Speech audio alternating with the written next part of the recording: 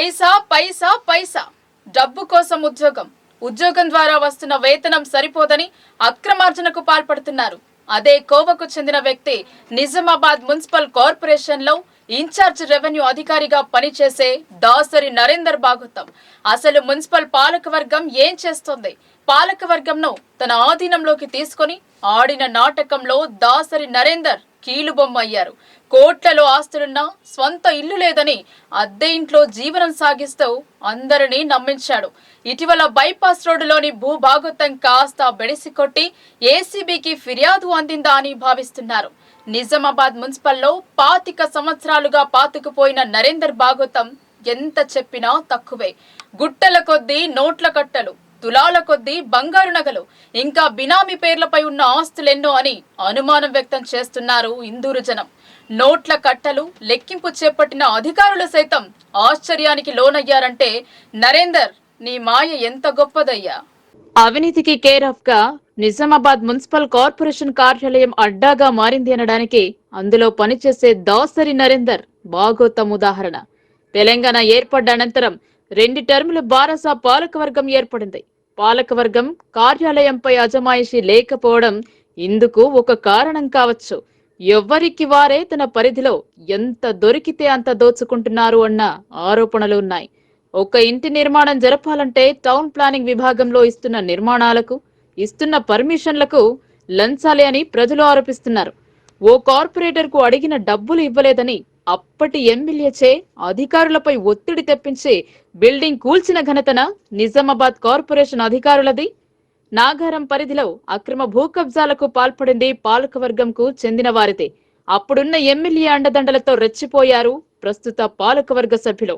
పాలకవర్గ కౌన్సిల్ సమావేశానికి మీడియాను అనుమతిస్తే వారి బండారం బయటపడుతుందని భావించి ఒక ఉత్తర్వు ద్వారా నిజాలను బయటకు రాకుండా మీడియా గొంతు నొక్కింది బీఆర్ఎస్ ప్రభుత్వం. 8 నెలలుగా అధికారంలోకి వచ్చిన కాంగ్రెస్ వీటిపై పూర్తి స్థాయిలో దృష్టి సారించడం లేదన్న విమర్శలు ఉన్నాయి. అంతేకాదు, అప్పటి ఎమ్మెల్యే తనకు అనుకూలంగా సమాచారం తెలుసుకోవడానికి కొందరు కాంగ్రెస్ వారికి వేతనాలు ఇచ్చి పార్టీలో తిప్పారన్న ప్రచారం ఉన్నా దీనిపై పూర్తి స్థాయిలో విశ్లేషణ చేసుకోలేకపోయారు. ప్రస్తుతం అధికారంలో ఉన్న కోవర్ట్ల గురించి ఆలోచన చేయకపోవడం, బూజు పట్టిన వ్యవస్థను మార్చే ప్రయత్నం చేయకపోవడం మరో కారణం. అసలు విషయానికి వస్తే నిజామాబాద్ కార్పొరేషన్ లో అవినీతికి ఎవరూ అతీతులు కాదన్నది నిజం. కేవలం బిల్ కలెక్టర్ హోదా ఉన్నప్పుడే ఆయన అక్రమ మార్గం వైపు కన్నెత్తి చూసినప్పుడు అది గమనించారు. ఇక వృద్ధురాలి పెన్షన్ డబ్బులు కాజేసినప్పుడు, సస్పెండ్ చేసినప్పుడు ఈయన భాగోతం బయటపడింది. అయినా తిరిగి ఉద్యోగంలో చేరిన తర్వాత తనకు ఎదురు లేదనుకున్నాడు. తెలంగాణలో ఒక నానుడి ఉంది, నిండా మునిగిన వాడికి చలెక్కడిది అని. ఇక నరేందర్ అక్రమాలకు అంతు లేకుండా పోయింది. పాలకవర్గంలో ఉన్న వారికి సలాం కొట్టి సామాన్యుల జేబులకు కన్నం పెట్టడం నేర్చుకున్నారు.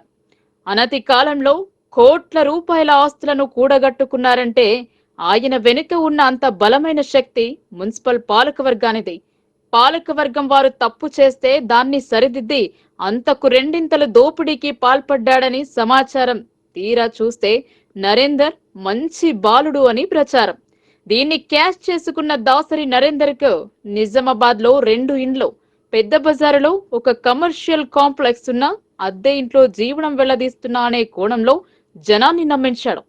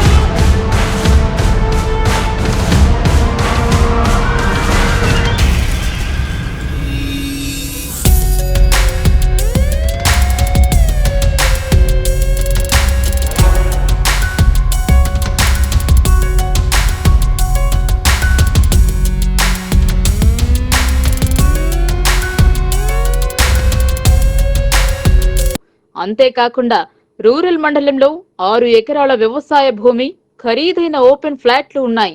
వీరి విలువ ప్రభుత్వ విలువ ప్రకారం 2 కోట్లు కాగా బహిరంగ మార్కెట్లో 25 కోట్ల వరకు ఉంటుంది అని అంటున్నారు. ఎంతో తెలివిగా వ్యవహరించే దాసరి నరేందర్ మాత్రం బైపాస్ రోడ్డులోని భూ విక్రయ విషయంలో బోల్తా పడ్డాడు. 8 నెలలుగా ఈ వ్యవహారం నడుస్తోంది. నరేందర్ సిక్స్త్ సెన్స్ ముందుగానే ఊహించి ఉన్నాడు. వీటిని చిక్కకుండా దాచాలని చేసిన ప్రయత్నం కాస్త బెడిసికొట్టింది.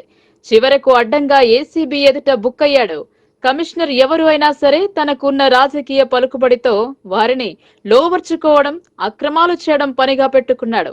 ప్రస్తుత పాలకవర్గం కమిషనర్ గా ఉన్న జితేష్ పాటిల్ బదిలీ అనంతరం ఇన్ఛార్జ్ కమిషనర్ గా చిత్రా మిశ్రా కొనసాగారు. అప్పుడు మున్సిపల్ విభాగాలలో పనిచేసే ఉద్యోగులలో పట్టు తప్పింది. ఎవరికి వారే యమునా తీరే అన్న చందంగా మారింది. రెవెన్యూ, టౌన్ ప్లానింగ్, శానిటేషన్ ఇలా ముఖ్య విభాగాలలో అక్రమాలు పెరిగిపోయాయి. అలాగే దీర్ఘకాలికంగా ఇక్కడే తిష్టవేసిన ఉద్యోగులు ఉండడంతో ఎవరు ఏంటని అంతా బోధపడింది. మాకు తిరుగులేదనుకున్నారు. వీరికి తోడు పాలకవర్గ సభ్యులు సైతం రెచ్చిపోయారు. అక్రమార్జనకు తెరలేపారు.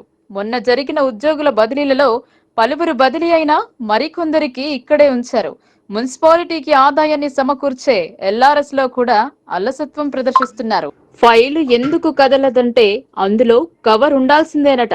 శుక్రవారం నరేందర్ ఛాంబర్ లో ఏసీబీ అధికారులు తనిఖీలు జరిపిన సందర్భంలో పలు ఫైళ్లలో కవర్లు లభ్యమైనట్లు ప్రచారం ఉంది.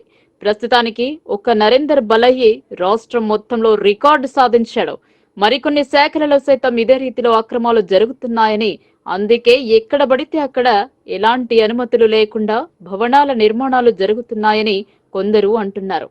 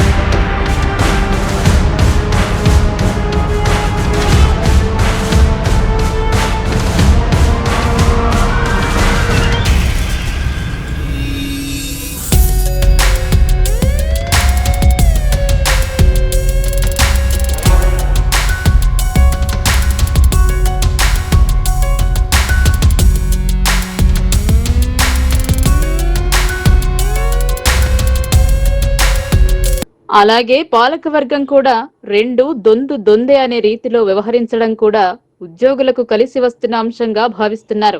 అలాగని ఇది మొదటి కాదు. గతంలో సైతం మున్సిపల్లో ఏసీబీ అధికారుల దాడి జరిగిన ఘటనలో మనస్తాపం చెంది ఉద్యోగి భవనంపై నుండి దూకి ఆత్మహత్యకు పాల్పడ్డ ఘటన సైతం నిజామాబాద్ మున్సిపల్ కొంది. నరేందర్ ఏసీబీ కోర్టుకు వెళ్లారు. కానీ ఇక్కడ పనిచేసే ఉద్యోగులలో మాత్రం అలజడి మొదలైంది. ఇన్నాళ్లు వసూలు చేసిన సొమ్మును ఎక్కడ దాచాలి, మనం నీతివంతులమని ఎలా నిరూపించుకోవాలని శని, ఆదివారాల్లో ప్రణాళిక సిద్ధం చేసుకుంటున్నారని సమాచారం. దీనికి తోడు పాలకవర్గం సైతం అయోమయంలో ఉన్నట్టు సమాచారం. మేయర్ భర్తను బైండ్ ఓవర్ చేసిన సమయంలోనే మున్సిపల్ పరువు గంగలో కలిసింది. ఇదే అదునుగా ఉద్యోగులు సైతం రెచ్చిపోయి ఉద్యోగాలకు ఎసరు తెచ్చుకుంటున్నారు. పాలకవర్గం కాలపరిమితి 5 సంవత్సరాలు మాత్రమే. ఉద్యోగులు ఇక్కడే ఉండేవారు కాదు. బదిలీ, పదోన్నతిపై మరో స్థానానికి వెళ్లిన సమయంలో పాలనా అధికారి బాగుండే అనే మంచి పేరు తెచ్చుకోండి. కమిషనర్ మందమక్రన్ ఎలా స్పందిస్తారో వేచి చూడాల్సిన పరిస్థితి ఏర్పడింది. ఎట్టకేలకు నరేందర్ అక్రమ భాగోతం అందరి కండ్లను తెరిపించింది. ఆయన బినామీలలో మాత్రం గుబులు రేపింది.